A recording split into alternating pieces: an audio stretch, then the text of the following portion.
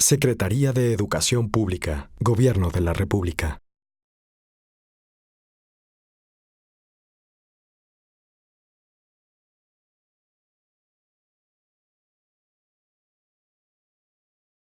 Muchas gracias por invitarme y poder, de manera pues, lo más breve posible, poderles compartir, pues por un lado, la esencia de lo que estamos haciendo en materia educativa con esta reforma y la transformación tan profunda que implica del sistema educativo, y por lo mismo, que entiendo además es parte del interés, pues cómo de alguna manera se puede coadyuvar o qué tipo de oportunidades se abren en el sector educativo ante esta reforma y por supuesto la propia transformación general o global que está viviendo el país, en donde la educación y el futuro de la educación es fundamental. Déjenme de manera esquemática o para poder entender mejor la reforma y la transformación de la educación, yo les diría que esta reforma tiene o se sustenta en 5 grandes puntos de transformación. El primero es el político, es decir, hay un rediseño político del sistema educativo, que era fundamental y muy necesario. El sistema educativo mexicano, y yo creo que para muchos y quienes lo conozcan no es un misterio, era un sistema altamente clientelar, corporativo y opaco,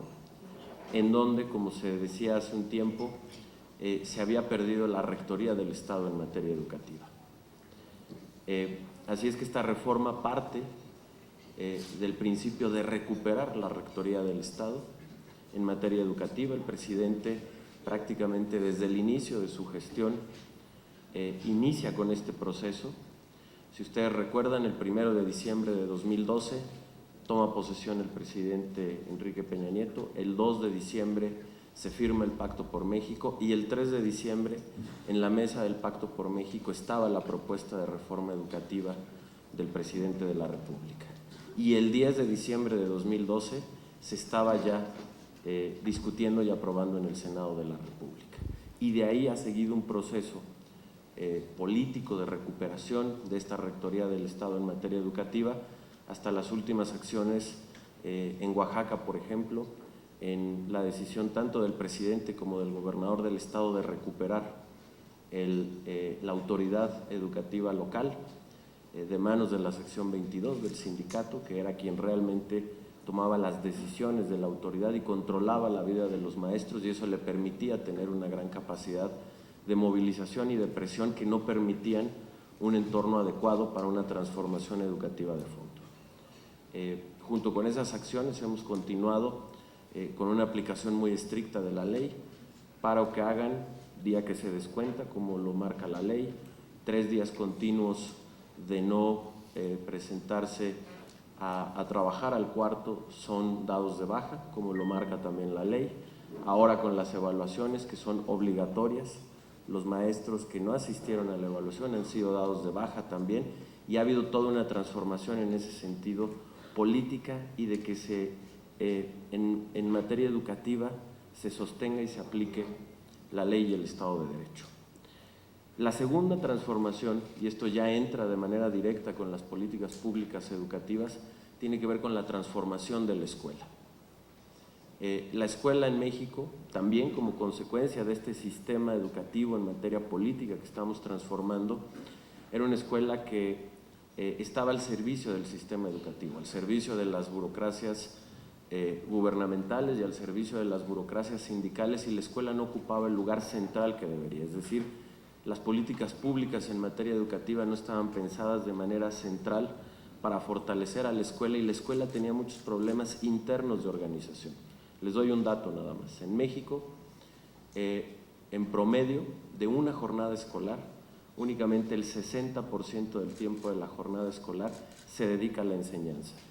De acuerdo a diversos estudios internacionales, lo idóneo es que pudiéramos estar dedicando entre el 80 y el 85% del tiempo de la jornada escolar exclusivamente a la enseñanza. ¿Y por qué pasa esto? Pasa porque hay una organización deficiente al interior de las escuelas que hace que no se pueda aprovechar bien el tiempo. Hay una excesiva carga burocrática sobre los directores o sobre los maestros. Por ejemplo, en promedio, el 70% del tiempo de un director se va en papeleos y en temas que no tienen que ver directo con la gestión de la enseñanza al interior de su escuela. Así es que estamos haciendo toda una transformación de la organización interna de la escuela con una política pública que se llama La Escuela al Centro, que permite transformar todo esto, darle un presupuesto propio a las escuelas. Eso es algo previo a esta reforma y eso es algo increíble. En México no se había nunca considerado qué pasa con el presupuesto de las escuelas. Se hacían las escuelas y se pagaban los maestros y después el presupuesto del día a día de la escuela, que es fundamental, nadie se ocupaba de él. ¿Qué pasa, por ejemplo, en una escuela donde se rompe un vidrio? Pues básicamente hay dos opciones, o se queda así, y eso ha sido parte de la explicación de mucho del deterioro de la infraestructura educativa, o por eso también se ha incrementado mucho este famoso fenómeno de las cuotas voluntarias dentro de las escuelas. Estamos transformando esto con el plan de la Escuela al Centro. Hay un programa específico que se llama el de la reforma educativa, en el que estamos llevando presupuesto directo de la SEP sin que haya ningún intermediario a cada una de las escuelas. Ahorita este programa beneficia a 25,000 escuelas, el próximo ciclo escolar será 75,000. Junto con esta transformación de la organización de la escuela está el cambio en infraestructura, como parte del cambio en las escuelas. Hoy también gracias a la reforma educativa, porque previo a la reforma ni siquiera teníamos en el país datos confiables de cuántas escuelas existían y cuáles eran sus carencias. Hoy lo podemos saber. Les doy nada más un dato a partir del censo educativo que ordenó hacer la reforma educativa. El 11% de las escuelas del país no tienen baños y esta condición se vuelve mucho más aguda en las zonas más pobres, en estados como Guerrero, Michoacán o Oaxaca, que puede llegar a ser hasta del 30%. Y es por eso que una vez que tuvimos esos datos, el presidente de la República nos instruyó al secretario de Hacienda y a un servidor poder hacer un plan específico que permitiera remontar de manera muy significativa el estado en el que estaban muchas de las escuelas. Y así es como la Secretaría de Hacienda diseña un mecanismo que es este mecanismo de los bonos de infraestructura. Es un mecanismo de traer recursos del futuro al presente y que por supuesto parte de la emisión de bonos en la Bolsa Mexicana de Valores y que nos va a permitir tener 50,000 millones de pesos de aquí a que termine el sexenio, es decir, cerca de 3,000 millones de dólares, para poder arreglar y dejar en buenas condiciones a 33,000 escuelas. Junto con ello, y esto ya lo pueden verificar, quien quiera lo puede entrar, tenemos un sitio en donde la selección de las escuelas ha partido del censo y de una conciliación con las autoridades locales y la lista de las escuelas que serán beneficiadas ya está definida. Este año vamos a poder intervenir y arreglar 16,000 escuelas y existe un portal en donde ustedes ya pueden ver cada una de las escuelas, el monto que se va a invertir en cada una de ellas, para qué se va a invertir ese monto. En los casos donde ya hay un contrato, quién es el contratista de la obra, cuándo tiene que empezar, cuándo tiene que terminar, quién es el responsable por parte de la autoridad y quién es el responsable dentro de los comités de padres de familia, ya que en cada escuela que es beneficiaria de este programa hay un comité de padres de familia que son quienes se encargan de ir verificando que la obra se pueda entregar de acuerdo a lo que se planeó y a lo que se programó. Y la obra no se entrega y no se da por terminada hasta que no tiene la firma del comité de padres de familia de que esa obra se entregó conforme a lo programado. Y hasta que no existe esa firma, no se da el pago final al contratista. En fin, con estos dos planteamientos hay esta transformación de la escuela. Después viene la transformación de toda la planta docente del país, que es fundamental. ¿Cómo? A través de las evaluaciones que nos permite saber con mucha mejor forma cuáles son las fortalezas, pero también qué es lo que tienen que hacer los maestros para mejorar y con la capacitación que a su vez tienen que recibir. Hace 3 semanas di los resultados de las primeras evaluaciones a maestros que se hacen en el país, que las hicimos durante noviembre y diciembre, y una semana después presenté el nuevo programa o la nueva estrategia nacional de capacitación de maestros. En esto les doy nada más un dato por la importancia que tiene la capacitación. Pasamos de un presupuesto de 200 millones de pesos hasta el año pasado, que era lo que se invertía en la capacitación y formación continua de los maestros, a un poco más de 1.800 millones para este año, con lo cual nos ha permitido presentar un programa con una amplitud y una diversidad como me parece nunca antes se había podido ofrecer a los maestros, y ahora sí poder hacer una especie de traje a la medida de las necesidades de los maestros, porque además de quienes ya se evaluaron tenemos la información de qué es lo que necesitan y cuál es la ruta de cursos que deben de seguir para poder mejorar y continuar en su vida profesional. Y finalmente, la última gran transformación, y es en la que estamos en proceso, tiene que ver con lo que se enseña y los contenidos. En abril vamos a estar presentando los nuevos planes y programas de estudio para educación básica y educación media superior. La idea, por supuesto, es que sean planes que tengan tres componentes centrales. Por un lado, los conocimientos y las habilidades que los niños y los jóvenes necesitan en el entorno del siglo XXI y de un país globalizado, de un país que quiere pasar o que va en una ruta de irse transformando de un país de ingreso medio a un país de ingreso alto, y que permita a ese sistema educativo esa formación. Junto con ello, por supuesto, los métodos pedagógicos de enseñanza, que permitan ser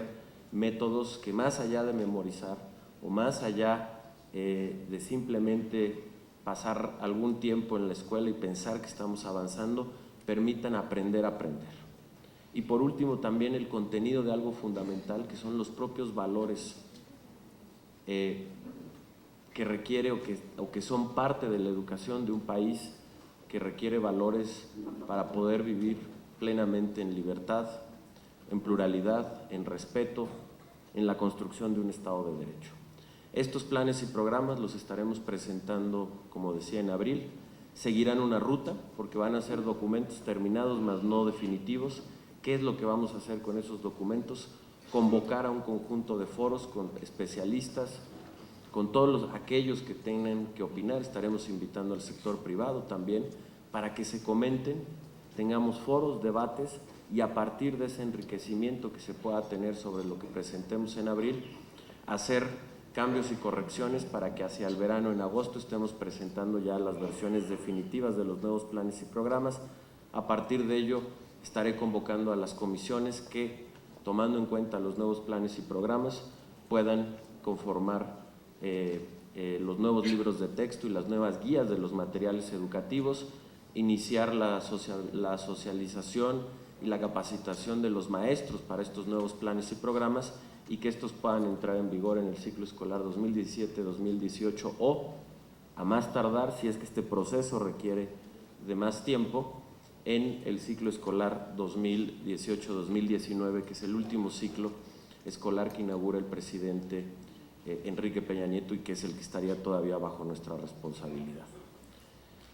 Así, y un poco intentando una reforma muy amplia, porque cada uno de estos temas que he hablado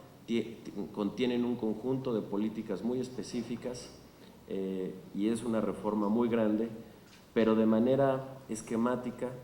Eso es la reforma, es una reforma que transforma la organización política del sistema educativo, que transforma a la escuela, creando una nueva escuela mexicana, incluyendo este programa tan ambicioso en infraestructura escolar, transforma la formación del maestro para poderlo profesionalizar y tener mejores maestros, y transforma, o estamos en ruta de transformar también lo que se enseña, es decir, los contenidos, y de esta manera tener un cambio integral en el sistema educativo, que si bien ya los frutos tardarán, porque todo cambio educativo es de mediano y de largo plazo, son procesos que tardan, pero sin embargo estamos con esta reforma haciendo una transformación profunda, estructural, y si tenemos éxito en seguir esta implementación, en el año 2018 el presidente de la República estará entregando un sistema educativo radicalmente distinto al que él recibió en el año 2012 y que además será un sistema que le permitirá a México conformar el capital humano que requiere en un proceso que nos permita subir la productividad y, por supuesto, mantener importantes niveles de crecimiento económico y particularmente de bienestar a través de este sistema. Secretaría de Educación Pública, Gobierno de la República.